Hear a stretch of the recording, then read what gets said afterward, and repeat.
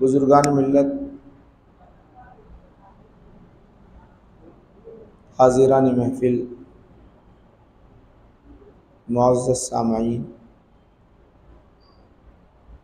मैंने जो आयत करीमा तिलावत की है वो बनी इसराइल की आयत करीमा है मशहूर आयत करीमा जिसमें हमारे नबी करीम सल्लल्लाहु अलैहि वसल्लम के मेअराज का तज़किरा है। आज मैंने इस आयत का इंतखाब इस गर्ज से किया है, आप जानते ही हैं फ़लस्तीन की हालत ज़ालिम इसराइलियों ने बड़ी अबतर बना दी है।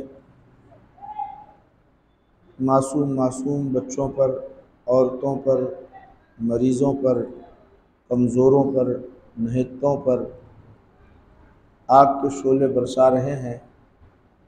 पानी को उन्होंने बंद कर दिया, लाइट को बंद कर दिया, दवाओं को रोक दिया और जो मज़लूम हैं उन्हें कहते हैं कि ये दहशतगर्द हैं। जुल्म खुद करें और दूसरों पर इल्ज़ाम रखें, ये ख़ुद दहशतगर्द है। तो उसका ख़ुलासा आप हज़रात के सामने मैं पेश करूँगा ताकि हकीकत हाल क्या है मालूम हो जाए और हमें क्या करना है ऐसे समय में, ऐसे वक्त में हमें क्या करना चाहिए। इस चीज़ की हमें ज़रूरत है और हमारी ज़िम्मेदारी क्या होती है। इंशाअल्लाह अज़ीज़ इख्तिसार के साथ आप हज़रात के सामने ज़िक्र करूँगा इंशाअल्लाह। ये बनी इसराइल के अंदर अल्लाह सुब्हानहू व तआला पहली आयत करीमा के अंदर हमारे नबी के मेअराज का ज़िक्र किया और इस ज़मीन पर सबसे उस ज़माने में उस वक्त सबसे अफजल जो मुकाम है मिल्लत इस्लामिया, मिल्लत मोहम्मद सल्लल्लाहु अलैहि वसल्लम के पास सबसे अफजल उस वक्त अल्लाह सुब्हानहू व तआला ने उन दो मकामात की सैर फरमाई। एक है मस्जिद हराम, एक है मस्जिद अक़सा। उसको बड़े प्यारे अंदाज में अल्लाह सुब्हानहू व तआला ने बयान किया। सुब्हान अल्लज़ी, पाक है वह ज़ात जिसने अपने बंदे को रातों रात मस्जिद हराम से मस्जिद अक़सा ले गई। मस्जिद हराम से मस्जिद अक़सा ले गई। फिर आगे बयान किया कि जिसके इर्द गिर्द हमने बरकतें रखी हैं। फिर और बयान किया लिनुरियहु मिन आयातिना, ताकि हम उन्हें बताएं अपनी निशानियाँ, और यकीनन वही सुनने वाला और देखने वाला है। ये कुरान करीम का तर्जमा है। इसमें दो मुकामात का तज़किरा, एक है मस्जिद हराम और एक मस्जिद अक़सा। अभी मस्जिद नबवी का वजूद दुनिया में नहीं हुआ था, यानी चूँकि नबी करीम सल्लल्लाहु अलैहि वसल्लम मक्कतुल मुकर्रमा में रहे और मक्कतुल मुकर्रमा में आपको मेराज अल्लाह सुब्हानहु व तआला ने अता फरमाई। अभी मस्जिद नबवी सल्लल्लाहु अलैहि वसल्लम तामीर नहीं की गई थी, क्योंकि हिजरत ही नहीं किए थे तो अभी तामीर भी नहीं हुई थी।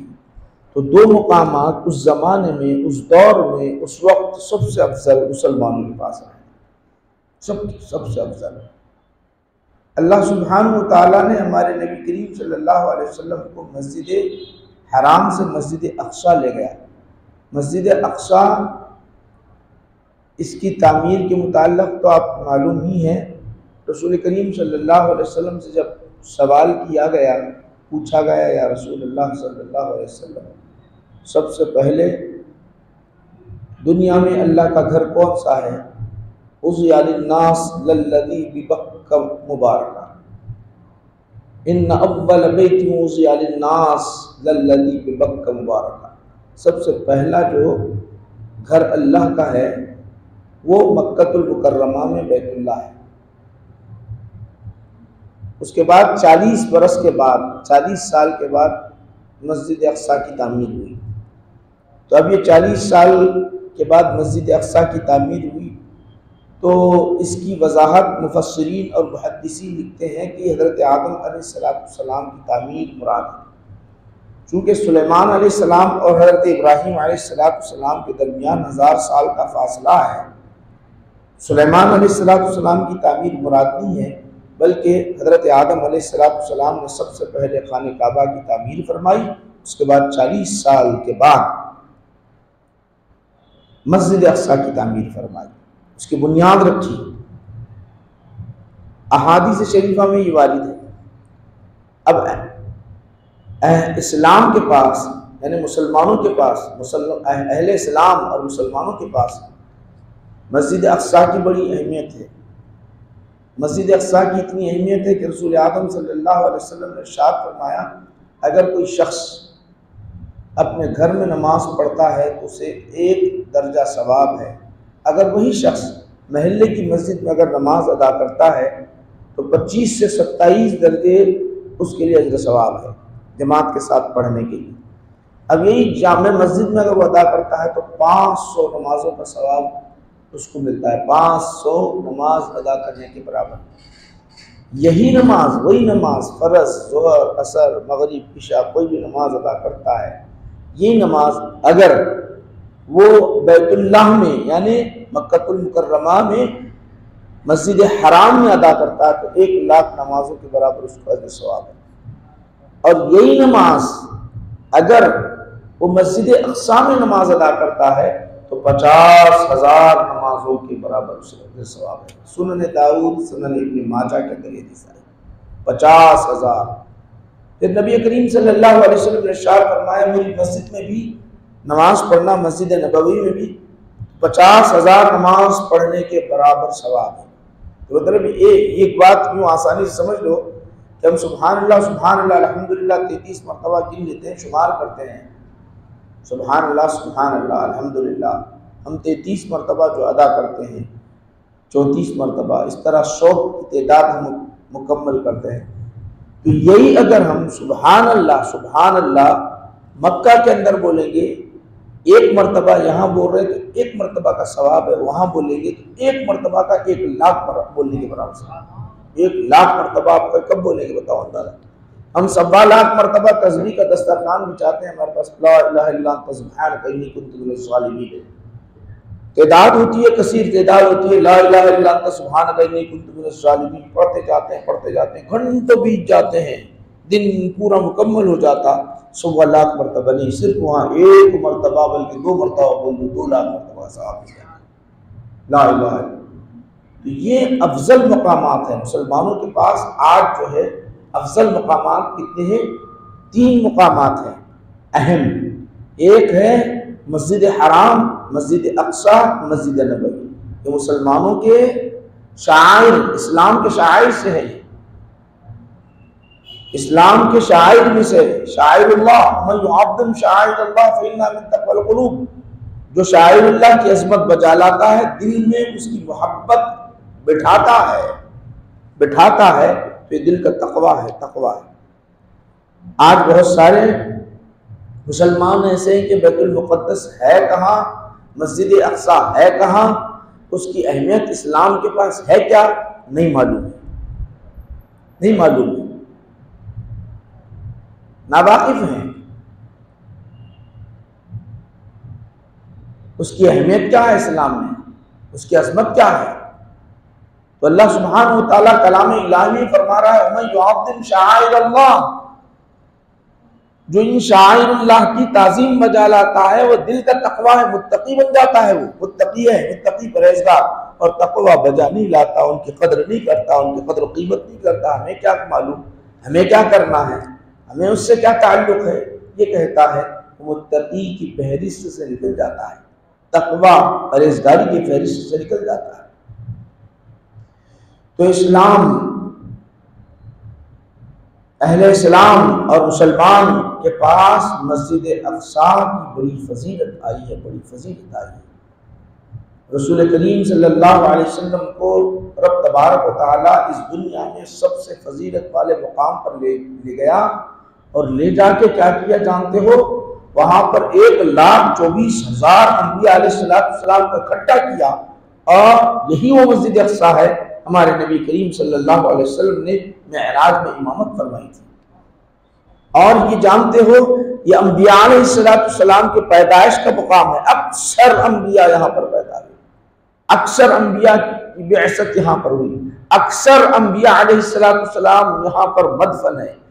बल्कि मूसा अलैहिस्सलाम ने अपनी वफात के लिए अल्लाह के दरबार में दुआ की थी, परवरदिगार आलम तू मेरी रूह निकालने का हुक्म तो दिया है, लेकिन ऐ अल्लाह मेरी कब्र बैतुल मुक़द्दस के इतने करीब कर देना, इतने करीब कर देना कि आदमी पत्थर फेंकता है तो पत्थर उसका जितने दूर पहुंचता है उतने दूर मेरी कब्र को वहां पर रख दिया जाए। उन्होंने वो दुआ मांगी थी। इतना अफजल मुकाम है वो, इतना अफजल मुकाम है। अंबिया अलैहिस्सलाम ने उसकी संगत के लिए दुआएं मांगी है, क्योंकि अल्लाह सुब्हानहु व तआला मुबारकना हौलहु फरमाया, उसके इर्द गिर्द हमने बरकतें रखी। अब नहीं मालूम उसके अंदर कितनी बरकतें हैं, उसका अंदाजा हम नहीं कर सकते, उसका अंदाजा नहीं कर सकते, ना हम उसका अंदाजा कर सकते हैं न बयां कर सकते हैं। अब आइए मैं आपको बताना चाहता हूँ, रसूल पाक अलैहिस्सलाम अपनी हयात में आका नबी करीम सल्लल्लाहु अलैहि वसल्लम के ज़माने में मस्जिद अक़सा फतह नहीं हुआ था, मुसलमानों के ज़ेर निगरानी नहीं था, मुसलमानों के तहत नहीं था, बल्कि हुजूर नबी करीम सल्लल्लाहु अलैहि वसल्लम ने पेशन गोई फरमाई थी अपनी ज़िंदगी में, हयात में पहले ही पेशन गोई फरमाई थी कि आपने फरमाया कि बैतुल मुक़द्दस फतह होगा और कैसर व किसरा के खजाने इस्लाम की राह में लुटा दिए जाएंगे, ये फतह हो जाएगा। कैसर बाकी नहीं रहेगा, किसरा बाकी नहीं रहेगा। उसमें से आप ये भी फरमाया था कि नबी करीम सल्लल्लाहु अलैहि वसल्लम बैतुल मुक़द्दस है, मुसलमानों के ज़ेरे हुकूमत होगा और ज़ेर इंतज़ाम होगा, मुसलमानों के हाथ में आ जाएगा बैतुल मुक़द्दस। नबी करीम सल्लल्लाहु अलैहि वसल्लम ने पेशन गोई फरमाई। ये पेशन गोई कब मुकम्मल होती है जानते हो? सय्यदना उमर फारूक रज़ियल्लाहु अन्हु के दौर में मुकम्मल हो जाती है। इस्लाम जब बढ़ता गया, फुतुहात कसरत के साथ होते गए, तो हज़रत उमर रज़ियल्लाहु अन्हु ने क्या किया जानते हो? अबू उबैदा बिन जर्राह रज़ियल्लाहु अन्हु से फरमाया मैं तुम्हें अमीर मुतय्यन करता हूँ, 5000 का लश्कर मुल्क शाम और बैतुल मुक़द्दस की तरफ रवाना फरमाया। 5000 का लश्कर। अबू उबैदा बिन जर्राह रज़ियल्लाहु अन्हु अपनी फौज के साथ मुल्क शाम और बैतुल मुक़द्दस, उस वक्त ईला से मशहूर था ये बैतुल मुक़द्दस, ईला फ़लस्तीन ये शहर है, ईला से मशहूर था। तो हजरत उमर फारूक रज़ियल्लाहु अन्हु के हुक्म पर अबू उबैदा बिन जर्राह रज़ियल्लाहु अन्हु जब जाते हैं, जाने के बाद किला से पहले आप रुकते हैं और वहां के जितने पादरी हैं, वहां के जितने जिम्मेदार हैं, वहां के जितने जो है बड़े बड़े लोग हैं, लेटर लिखते हैं उनके नाम और हाकिम के नाम लेटर लिखते हैं कि देखो अगर तुम इस्लाम ले आओ तो सलामत रहोगे, महफूज रहोगे, अगर तुम इस्लाम लाओ तो सलामत रहोगे, महफूज रहोगे। तुम जानते भी हो एक खुदा है, एक खुदा है, जन्नत पर हक है, जहन्नम पर हक है। अगर कोई एक खुदा को मानता है, अल्लाह की वहदानियत को तस्लीम करता है तो वो जन्नती है, और अल्लाह की वहदानियत को जो तस्लीम नहीं करता तो जहन्नमी है। आपने लेटर लिखा, लेटर में वजाहत की। अगर आप इस बात को नहीं मानते, इस्लाम कबूल नहीं करते हैं, तो आप पर लाजिम है कि आपको टैक्स देकर रहना पड़ेगा। हम जिस तरह आपको रखे वैसा रहना पड़ेगा। आपने ये लेटर। फिर तीसरा ये था कि अगर ये दो बातें अगर नहीं मानते हैं, आप ना इस्लाम कबूल करते हैं, ना ही टैक्स देने के लिए राजी है, तो फिर जो है लड़ाई के लिए, जिहाद के लिए तैयार हो जाओ। अबू उबैदा बिन जर्राह रज़ियल्लाहु अन्हु ने जब लिखा लेटर, तो इसराइलियों ने, यानी उस वक्त के ईसाइयों ने ये तय कर लिया कि हम जो है ना पहली बात कबूल करते हैं, ना दूसरी बात कबूल करते हैं, तीसरी बात हम लड़ने के लिए तैयार हैं, हम लड़ने के लिए तैयार हैं। तो अबू उबैदा बिन जर्राह रज़ियल्लाहु अन्हु अपने लश्कर के साथ इला फलस्तीन का मुहासरा किया, बैतुल मुक़द्दस का मुहासरा किया। मुहासरा बढ़ता गया, लड़ाई शुरू हो गई। इसके अंदर कुछ मुसलमान शहीद हो गए, सहाबा शहीद हो गए, और उनके भी लोग मारे गए। जब मारे गए तो उन्होंने देखा क्या फतह हमारे हाथ से निकल जा रही है, कामयाबी हमारे हाथ से निकल जा रही है। तो उन्होंने तय कर लिया कि ठीक है, हम आपसे मुआहिदा करने के लिए तैयार हैं, हम आपसे मुआहिदा करने के लिए तैयार हैं। हज़रत उमर फारूक रज़ियल्लाहु अन्हु का दौर है। गुफ्तगू हुई, गुफ्तगू के अंदर तुम्हारा अमीर कौन है, खलीफा कौन है? तो आपने फरमाया कि खलीफा मदीनतुल मुनव्वरा में सैयदना उमर फारूक रज़ियल्लाहु अन्हु है। तो उन्होंने कहा कि ठीक है, बैतुल मुक़द्दस की चाबियां दी जाएगी। गौर करो, बैतुल मुक़द्दस फतह होने वाला है। सैयदना उमर फारूक रज़ियल्लाहु ताला नबी करीम सल्लल्लाहु अलैहि वसल्लम, आका नबी करीम सल्लल्लाहु अलैहि वसल्लम की पेशन गोई, हुजूर का फरमान है, नबी करीम सल्लल्लाहु अलैहि वसल्लम का फरमान, तो वो पूरा होने जा रहा है। उन्होंने कहा कि ठीक है, मैं चाबियां देने के लिए तैयार हूं बैतुल मुक़द्दस की, हम जो है जिज़िया देने के लिए, टैक्स देकर रहने के लिए तैयार हैं, मगर शर्त एक है कि आपके जो खलीफा हैं उनके हाथ में हम चाबियां दें। अब मदीना कहाँ, बैतुल मुक़द्दस कहाँ, मदीना शरीफ कहाँ और बैतुल मुक़द्दस कहाँ? सैयदना उमर फारूक रज़ियल्लाहु अन्हु तक ये बात पहुंचाई गई। खलीफा सानी जब तक ये बात पहुंचाई गई तो सैयदना उमर फारूक रज़ियल्लाहु अन्हु अपने लश्कर के साथ रवाना हो रहे, कहाँ? बैतुल मुक़द्दस की तरफ आ रहे हैं। और बैतुल मुक़द्दस की तरफ आ रहे हैं तो जानते हो कैसे आ रहे हैं? आप अपने गुलाम के साथ आ रहे हैं, गुलाम के साथ। गुलाम और आका, और क्या है गुलाम और आका के दरमियान मुआहिदा क्या है जानते हो? उन्होंने कहा, अपने गुलाम से कहा कि तुम भी सवार होना ऊंट पर, मैं भी सवार होता रहूंगा। कुछ बारी तुम्हारी होगी ऊंट को थामे थामे रखने की, कुछ बारी मेरी होगी। एक आका होते हुए, खलीफा होते हुए कहते हैं कि मैं उसकी नुकेल पकड़कर आगे चलता रहूंगा, तुम ऊपर बैठना और तुम नुकेल पकड़ना और मैं बैठूंगा। इस तरह बारी दरबारी चलते चलते चलते मसाफत तय करते हुए सैयदना उमर फारूक रज़ियल्लाहु अन्हु जब आए हैं। तारीख गवाह है मुसलमानों, तारीख गवाह, याद रखो। और यहाँ का जो माहौल है, मुल्क शाम का, फलस्तीन का जो माहौल था, उनका माहौल अजीब सा माहौल था। बादशाहों को अगर देखते तो आन बान शान के साथ देखते, उम्दा लिबास,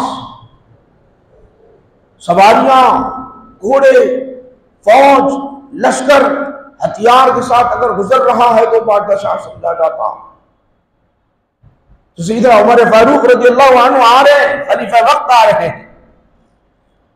अब दाखिल होना है, इला फलस्तीन के अंदर दाखिल होना है। उससे पहले बारी आई गुलाम की सवारी पर बैठने की और आका नुकेल पकड़कर चलने की बारी आई। जब तक कुछ सहाबा आ चुके थे, उमर फारूक रज़ियल्लाहु अन्हु तक मुलाकात के लिए जब तक कुछ सहाबा आ चुके थे, तो हज़रत उमर फारूक रज़ियल्लाहु अन्हु ने कहा कि अब तुम्हारी बारी है, सवार हो जाओ। गुलाम कहता है सरकार इनकी कैफियत अलग है। सहाबा कहते हैं सरकार इन लोगों की कैफियत अलग है। ए खलीफे वक्त, ए अमीरुल मोमिनीन, इनका मामला अलग है। ये अपने अमीर को, अपने बादशाहों को बड़े उम्दा लिबास में, बड़े आन बान के साथ देखना चाहते हैं, आन बान के साथ देखना चाहते हैं। आप सवार हो जाएं। आपने कहा कि इंसाफ नहीं है, इंसाफ नहीं है, इंसाफ नहीं है। इंसाफ तो यही है कि बारी पहले तुम्हारी थी, अब मेरी बारी है पकड़कर चलने की, अब मेरी बारी है पकड़कर चलने की। अंदर बैतुल मुक़द्दस में फर्स्ट टाइम दाखिल हो रहे हैं, फलस्तीन में दाखिल हो रहे हैं खलीफे सानी सैयदना उमर फारूक रज़ियल्लाहु अन्हु। गुलाम सवार है, आका नुकेल थाम कर जा रहा है। खलीफा वक्त अंदर दाखिल हो रहे हैं, वो भी क्या, बैतुल मुक़द्दस की चाबी लेने के लिए। बैतुल मुक़द्दस फतह हो चुका है और अंदर दाखिल हो रहे हैं। वहां के रोसा, वहां के जितने पादरी थे पूछने लगे कौन है खलीफा वक्त, कौन है खलीफा वक्त। तो इशारा किया गया या अमीरुल मोमिनीन सैयदना उमर फारूक रज़ियल्लाहु अन्हु। कपड़े लिबास सादा है, गले में तलवार लटकी हुई है, अमामा पहने हैं, रसूल आजम सल्लल्लाहु अलैहि वसल्लम की सुन्नत अपनाए हुए हैं, सादा लिबास है, तवाज़ो है, फतह हासिल हो रही है और अंदर दाखिल हो रहे हैं। गुलाम सवारी पर सवार है और यह आका है कि नुकेल पकड़कर आगे आगे चल रहे हैं। उन्होंने देखकर दंग रहे, देखकर दंग रहे, आका का ये हाल है। तो कहने लगे अब ये कौम के साथ कोई मुकाबला नहीं कर सकता, क्योंकि आका का ये हाल है, इस कौम के साथ मुकाबला। जब से बैतुल मुक़द्दस फतह है, याद रख लीजिए, दरमियान में 1408 1445 साल हुए। तो अगर हम निकाल दे 15 साल, अगर निकाल दे 1430 साल, 1430 साल के अंदर से 90 साल गैरों के हाथ में गया। बाकी जितने 1300 साल तकरीबन, करीब करीब 1300 साल मुसलमानों के मातहत रहा, मुसलमान उसकी निगरान कर रहे, मुसलमान वहां पर इबादत करते रहे। वो मुसलमानों का है और रहेगा मुसलमानों का। अब ये जालिम यहूदी, दुनिया उन्हें कहीं जगह नहीं दे रही थी। आज फलस्तीनियों को ये दहशतगर्द कहते हैं, दुनिया उन्हें कहीं जगह दे नहीं रही थी। हर कोई निकाल कर फेंक रहा था इन यहूदियों को। पहले सुन लीजिए, बड़े खतरनाक यहूदी होते हैं। सबसे बुनियादी बात आप याद रखें, कुरान करीम क्या कहता है, लतजिदन्ना शद्दन्ना से अदावतन लिल्लज़ीना आमनुल यहूद। वाज़ेह अंदाज में बयान किया और हमेशा का कायदा बयान किया अल्लाह ताला। उस जमाने के यहूदी नहीं, हमेशा के लिए अल्लाह ताला ने वाज़ेह लतजिदन्ना शद्दन्नास, छठे पारे के आखिर में बिल्कुल आयत करीमा जो अल्लाह सुब्हानहु व तआला ने एक आयत के अंदर पूरा मुकम्मल उनकी दुश्मनी के बारे में बताया। हबीब सल्लल्लाहु अलैहि वसल्लम जरूर बजरूर आप पाएंगे लोगों में सब में ज्यादा दुश्मन अगर कोई मुसलमानों के है तो यहूदी है। सब में ज्यादा, सब में ज्यादा अगर लोगों में जितने मज़ाहिब हैं दुनिया में बसने वाले, ईसाई हो, यहूदी हो, मुशरिक हो, काफिर हो, जितने मज़ाहिब हैं सब में ज्यादा अगर कोई आप पाओगे अगर दुश्मन है तो यहूदी। लतजिदन्ना अशद्दन्नास, अशद्दन्नास, सख्त दुश्मन, अदावतन लिल्लज़ीना आमनू, जो ईमान लाए, अल यहूद यहूदी हैं, वल्लज़ीना अशरकू, सेकंड बयान किया ये मुशरिक है, थर्ड बयान किया वलतजिदन्ना अक़रबहुम मवद्दतन लिल्लज़ीना आमनू लज़ीना क़ालू इन्ना नसारा, ये जो अपने आप को नसारा कहते हैं वो है तीसरे दर्जे में, वो तीसरे, वो भी है दुश्मन मगर तीसरे दर्जे में है। सब में ज्यादा सख्त अगर कोई दुश्मन है तो ये यही जालिम कौम है। कोई जमीन पर इन्हें पनाह नहीं दे रहा था तो यही फलस्तीनी मुसलमानों ने कहा कि तुमको रहने की यहाँ पर आज़ादी है, तुम आज़ादी से रहो। फलस्तीनियों ने इजाजत दे, फलस्तीनियों ने पनाह दिया, उन्होंने ने पानी दिया, उन्होंने ने ग़िज़ाएं दी, इन्होंने मकानात दिए, उन्होंने रहने के लिए जगह अता फरमाई, यही फलस्तीनी मुसलमान मुजाहिदीन ने दिया, उनके औलाद। और ये तो ऐसी नस्ल है या ऐसी जात है कि अपने नबी को नबी नहीं कहा उन्होंने, उनकी कदर नहीं की। जब हज़रत मूसा अलैहिस्सलाम ने उनसे कहा चलो ये बातिल काफिर मुशरिक के साथ हम लड़कर मुकाबला कर दें, उनका मुकाबला करेंगे, तो कहने लगे तुम और तुम्हारा रब जाके लड़ते रहो, हम यहीं पर रुके रहे। एक नबी से ये जुमला कहते रहे, नबी पर इल्जाम इन्होंने लगाया, मूसा अलैहिस्सलाम अपने नबी पर इल्जाम लगाया। ऐसी कौम ऐसी नस्ल है, बल्कि एक वक्त ऐसा आएगा, रसूल करीम सल्लल्लाहु अलैहि वसल्लम ने इरशाद फरमाया कि जमीन से यहूदियत को खत्म कर दिया जाएगा, कोई यहूदी बाकी नहीं रहेगा, बल्कि जमीन भी इतनी नफरत करेगी, इतनी नफरत करेगी, पत्थर नफरत करेंगे, दरख्त नफरत करेंगे, हर कोई नफरत करेंगे इनके जादू मक्कारी से। देख रहे हैं आप, जानते हो इन्होंने क्या किया, इन्होंने क्या किया, मर्दानगी का कोई सबूत दिया इन्होंने? जिस दवाखाने के अंदर मुसलमान कमजोर जिनका इलाज हो रहा है, औरतें हैं, बच्चे हैं, इलाज हो रहा है, और इनके पास ऐसे ऐसे हथियार भी हैं, ऐसे ऐसे इनके पास कैमरे हैं, ऐसे कैमरे उनको मालूम है कि इस मकाम पर कौन है, कितने आदमी हैं, कौन कौन से हैं, बच्चे हैं, औरतें हैं, मालूम रखने के बावजूद जालिमों ने उन बच्चों पर, औरतों पर, नहींतों पर और बीमारों पर उन्होंने आग के शोले बरसाते रहे, शोले बरसाते रहे। इससे बढ़कर बुज़दिल कौन हो सकता है? इससे बढ़कर नामर्द कौन हो सकता है? इससे बढ़कर जालिम कौन हो सकता है? इन्हें मालूम है। और अमेरिका कहता है ये हमला नहीं करना चाह रहे थे, हमला नहीं किया था, इन्होंने किया ही नहीं। सारी मीडिया बता रही है बच्चों पर जो जुल्म हुआ, बच्चों पर आग के शोले जो बरसाए गए, जुल्म हुआ, सारी मीडिया बता रही है कि बच्चे किस तरह पड़े हुए, हम औरतें कैसी हैं, जिस बिल्डिंगों में पनाह लिए मुसलमान है, उस बिल्डिंगों में वो आग के शोले बरसा रहे हैं, आग के शोले उस पर बरसा रहे हैं, नहींतों पर जिनके पास कोई हथियार वगैरह नहीं है। तो इससे बढ़कर जालिम और कौन हो सकते हैं? आइए मैं आपको बताना चाहता हूं मेरे भाइयों, हमको करना क्या है इस वक्त।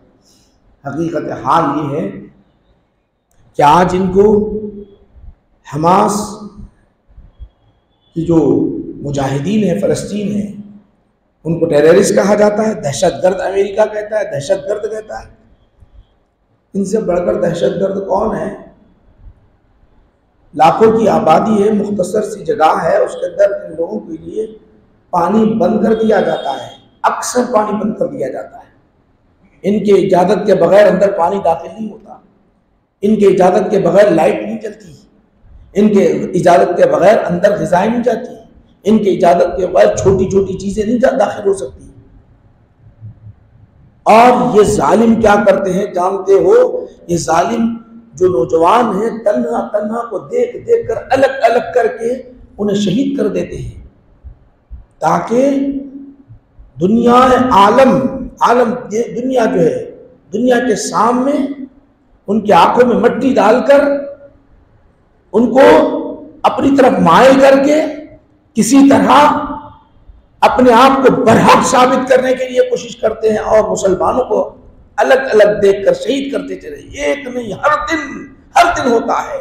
जब पानी बंद कर दिया गया, ग़िज़ाएं बंद हो जाए, लाइट की कटौती हो और मुजाहिदीन को शहीद कर दिया जाए, वहां के नौजवानों को उठा उठा कर कैद खानों में डाल दिया जाए, ये जुल्म और सितम नहीं तो क्या है?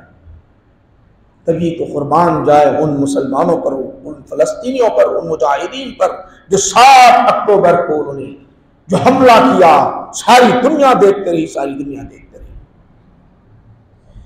ऐसी हिम्मत का उन्होंने मुजाहिरा किया, हथियार उनके पास, तलवारें उनके पास, सारी चीजें उनके पास, कुव्वत उनके पास, सारी चीजें, मगर ये हिम्मत के साथ उन्हीं के इलाके में उतरे और उन्हीं की फौज को पकड़ा, उन्हीं पर हमला किया, 5000 शल बरसाए, मामूली बात नहीं।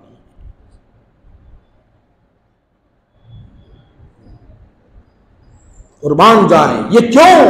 ये जालिमों ने जुल्म किया, अपने हक को हासिल करके, अपने हक को हासिल करने के लिए फलस्तीनियों ने किया, अपने हक को हासिल करने के लिए किया है। और अपने हक को हासिल, पहला मकसद उनका यह है कि बैतुल मुक़द्दस आजाद हो जाए, बैतुल मुक़द्दस आजाद, यह मकसद उनका है। दूसरा मकसद अपना हक हासिल हो जाए। जो हम उन्हें जमीन दिए थे, हमारी जमीन पर वो कब्जा करके हम पर जुल्म कर रहे हैं, ये जुल्म से बचने के लिए, ये ज्यादती से बचने के लिए, अपने हक को हासिल करने के लिए उन्होंने ये इक़दाम उठाया। तो अब जालिम जितने अमेरिका और अमेरिका के हमनवा, इसराइल के हमनवा यहूदी ये जितने हैं, वो सारे के सारे जानते हो क्या कर रहे हैं? यही फलस्तीनियों पर जुल्म करते हुए आज मेरे भाइयों, मामूली बात हो, 15 दिन बीते, तकरीबन 15 दिन से न पानी है, न लाइट है, मोबाइल को तसव्वुर भी मत कीजिए आप, न खाना, ग़िज़ाएं जा रही है, न दवाएं जा रही है अंदर। और गजा को खाली करने का हुक्म जालिम ने दिया, गजा को खाली करने का हुक्म दिया है, मगर वो मुजाहिदीन हैं कि लड़ने के लिए आज भी तैयार हैं। तो आज मैं आपको बताना चाहता हूँ सबसे अहम बड़ी जिम्मेदारी हमारी क्या है, हमारी अपनी। आज हम इंडिया में रहते हैं, हैदराबाद में रहते हैं, हिंदुस्तान में रहते हैं। अब वहां के अतराफ व अकराफ के ममालिक के अफसोस ये है कि इतने मुसलमान ममालिक हैं, अल्लाह ने उनको दौलत दे रखा है, अफसोस है उनके पास ऐसे ऐसे हथियार हैं, ऐसे ऐसे सामान हैं कि आज वो सब मिल जाएं, इकट्ठे हो जाएं, बैतुल मुक़द्दस के नाम पर, इस्लाम के नाम पर अगर इकट्ठे हो जाएं तो अमेरिका क्या, और ऐसे 10 अमेरिका आ जाएं तो कुछ भी नहीं कर सकते। उनके पास पेट्रोल है, उनके पास ऑयल है, उनके पास गैस है, उनके पास ज़ख़ीरा है, बहुत कुछ उनके पास है। और इस्लामी ममलकतें कितनी ही जानते हो, 52 से ज्यादा इस्लामी ममलकतें हैं, और सब इकट्ठे होकर एक जमा होकर बैतुल मुक़द्दस की हिमायत में, बैतुल मुक़द्दस की आज़ादी के लिए, फ़लस्तीनी के मुसलमानों की हिफाजत के लिए अगर इकट्ठे होकर एक आवाज़ उठा दें तो अमेरिका कुछ नहीं कर सकता। मगर ये अपनी कुर्सी बचाने के लिए, दौलत के हरीश, दुनिया के हरीश, लालची, अपनी कुर्सी बचाने के लिए ये सब कुछ कर रहे हैं और खामोश तमाशा ही बने बैठे, खामोश तमाशा। एक आवाज उठाते हैं, क्यों आवाज उठाते हैं जानते हो भी? तुर्की हो या और कोई हो, सऊदी हो, एक आवाज उठा लेते हैं, बस एक थोड़ी सी आवाज उठती है ताकि अपनी कौम के अंदर इंतशारी कैफियत ना पैदा हो, कौम बागी न बन जाए, मेरी हुकूमत चली न जाए। इसलिए कहते हैं कि नहीं, दोनों को सुलह करना चाहिए, हम फलस्तीनियों की मदद करेंगे। जुबानी, सिर्फ जुबानी खर्च है, आज तक कोई मदद नहीं पहुंची।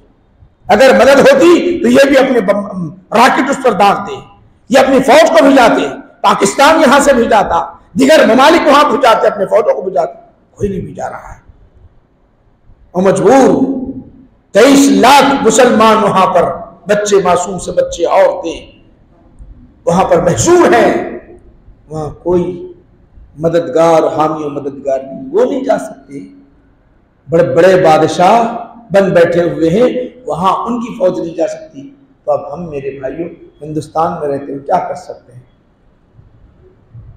अगर हमारी अपनी जिम्मेदारी है, वो जिम्मेदारी को हमें अपनी पूरा करना है। रसूल पाक अलैहिस्सलाम की सुन्नत को अपनाना है। आका नबी करीम सल्लल्लाहु अलैहि वसल्लम ने क्या किया, हुजूर के दरबार में कुछ मुशरिकीन आए,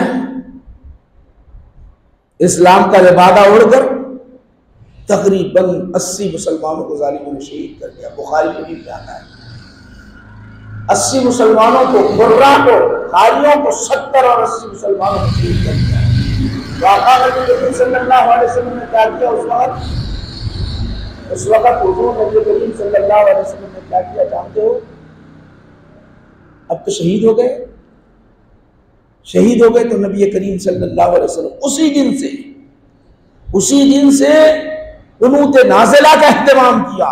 नाम ले लेकर, उन कबीलों के नाम ले लेकर अल्लाह के दरबार में दुआ करते थे कि परवरदिगार आलम से हलाक कर दे, परवरदिगार आलम से बर्बाद कर दे, परवरदिगार आलम से बर्बाद कर दे। नबी करीम सल्लल्लाहु अलैहि वसल्लम ने दुआएं मांगी, वो दुआएं ऐसी मकबूल हुई कि उनका नाम लेने वाला, वो कबीले का नाम लेने वाला कोई बाकी न रहा, न वो कबीला बाकी रहा, न कोई कबीले का फर्द बाकी रहा। तो आज हम मुसलमानों पर लाजिम है, जितने मुसलमान हैं, जहां कहीं है, हिंदुस्तान में हो, पाकिस्तान में हो, किसी मुल्क में हो, हर जगह हो, हर मुसलमान की आज जिम्मेदारी है, सबसे बड़ी जिम्मेदारी है कि अपने फलस्तीनी मुसलमान भाइयों की दुआओं का एहतमाम करें। मस्जिद में हो, घर में हो, खानकाहों में हो, दरगाहों में हो, कहीं भी हो, खाने काबा में हो, मस्जिद नबवी में हो, सिर्फ और सिर्फ हमारे जुमा पर जब पहला लफ्ज दुआ का निकले तो उन फलस्तीनी भाइयों के लिए दुआ का लफ्ज निकले। इस वक्त तो बहुत मुसीबत में है, बहुत मुसीबत में है। अल्लाह के रसूल ने फरमाया अल मुस्लिम अखुल मुस्लिम, एक मुसलमान दूसरे मुसलमान का भाई होता है। हुजूर ने इस तरह मिसाल बयान फरमाई, मुसलमान की मिसाल ऐसी है जसद वाहिद की तरह है, एक जिस्म के मानिंद है। एक जिस्म के किसी हिस्से पर अगर किसी को जख्म लगता है, उंगली अगर उसकी शहीद होती है, तकलीफ होती है, तो सारा जिस्म दर्द में शरीक होता है, सारा जिस्म दर्द में शरीक होता है। उसी तरह मुसलमानों को होना चाहिए, अगर किसी खित्ते में कोई मुसलमान तकलीफ में है तो दूसरे मुसलमान को तकलीफ हो, यही ईमान है, वरना नहीं तो ईमान नहीं है। आप सिर्फ जुबान से बोलते रहे मैं भी नमाज पढ़ता हूँ, आप सिर्फ बोलते रहे मैं भी आबिद ज़ाहिद हूँ, क्या अल्लाह सुब्हानहू व तआला नहीं देख रहा है हमें? हम अपनी शरीयत पर कितना अमल कर रहे हैं। इसीलिए फरमाया ईमान वालों मुकम्मल तौर पर इस्लाम में दाखिल हो जाओ। चंद बातों पर इस्लाम लाते हो अपने मकसद के तहत और चंद चीजों को छोड़ देते हो, चंद चीजों को छोड़ देते हो, नहीं, बल्कि मुकम्मल तौर पर इस्लाम में दाखिल होने का मतलब ये है कि फलस्तीनी भाइयों पर जितना जुल्म हो रहा है, जितनी तकलीफ जालिम पहुंचा रहे हैं, हर वक्त हम दुआएं मांगते रहे जब तक सुकून ना हो, न मिले, जब तक वो जो है बैतुल मुक़द्दस फतह ना हो जाए। तो मेरे भाइयों, ये बहुत हमारी अपनी जिम्मेदारी है, इसलिए मैं खास कर आज इसलिए आपको बयान कर रहा हूँ। तकरीबन 15, आज क्या तारीख है, 7 तारीख से आज तारीख है 22 या 30, 22 तारीख है, तो अंदाजा कर लो कितनी दिन हो गए। 15 दिन से लाइट भी नहीं है, नल भी नहीं है, ग़िज़ाएं भी नहीं है, रहने के लिए मकानात भी नहीं है।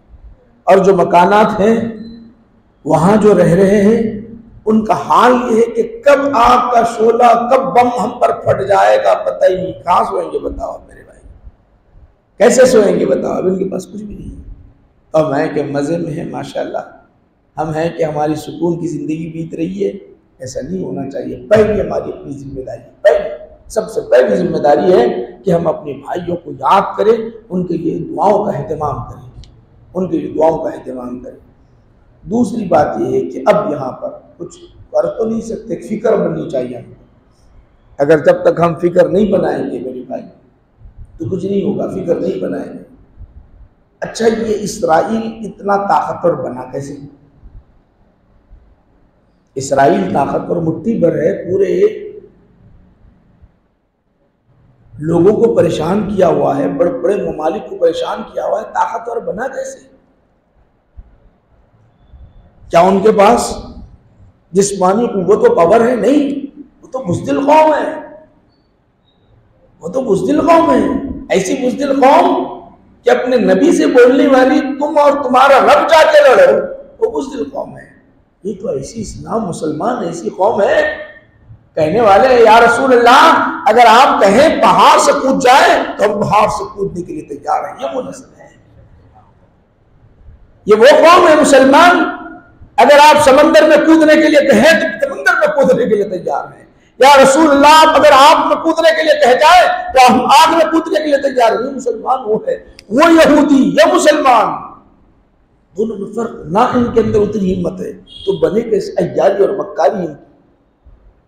अय्यारी और मक्कारी के अड्डे इनके पास, फिक्र वो सुबह से शाम तक वही फिक्र होती है, सुबह से शाम तक वही फिक्र होती है इनकी। इस्लाम के खिलाफ साजिश, दिगर अदियान के खिलाफ साजिश।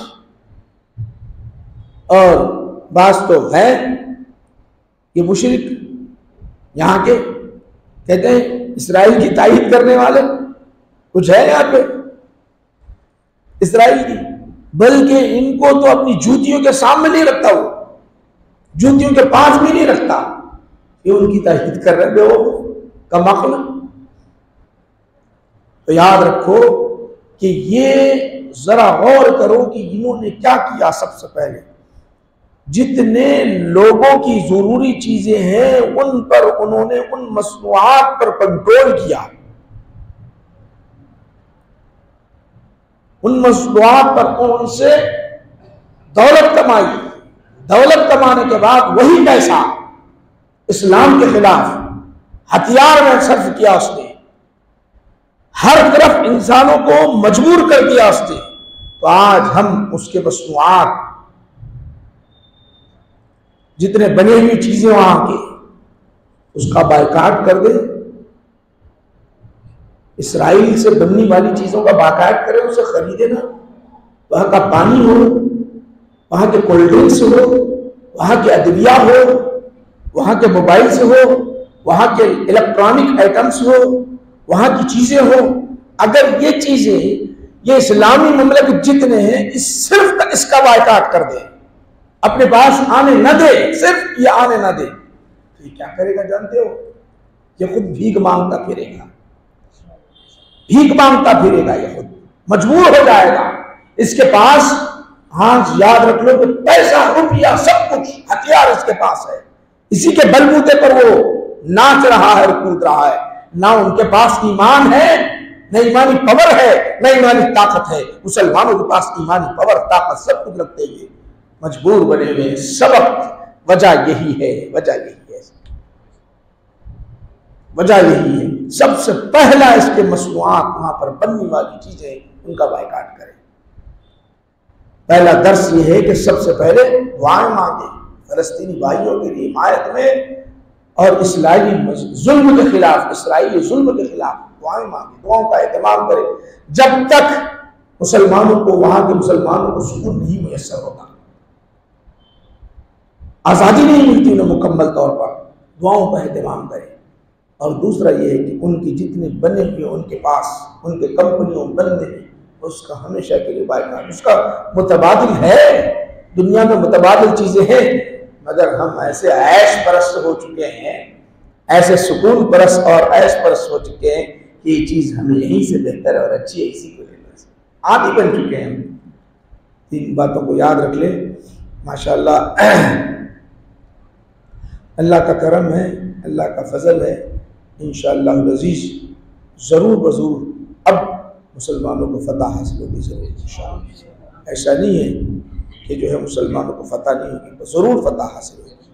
अंदरूनी जो कैफियत है, अंदरूनी जो हालात हैं, ऐसा नहीं कि तकरीबन उनके 200 से ज़ायद फौजी इनके हाथ में हैं और एक आदमी उनका अगर जाता है, एक आदमी जाता है तो बड़े बेचैन होते हैं, बड़े बेचैन हो जाते हैं।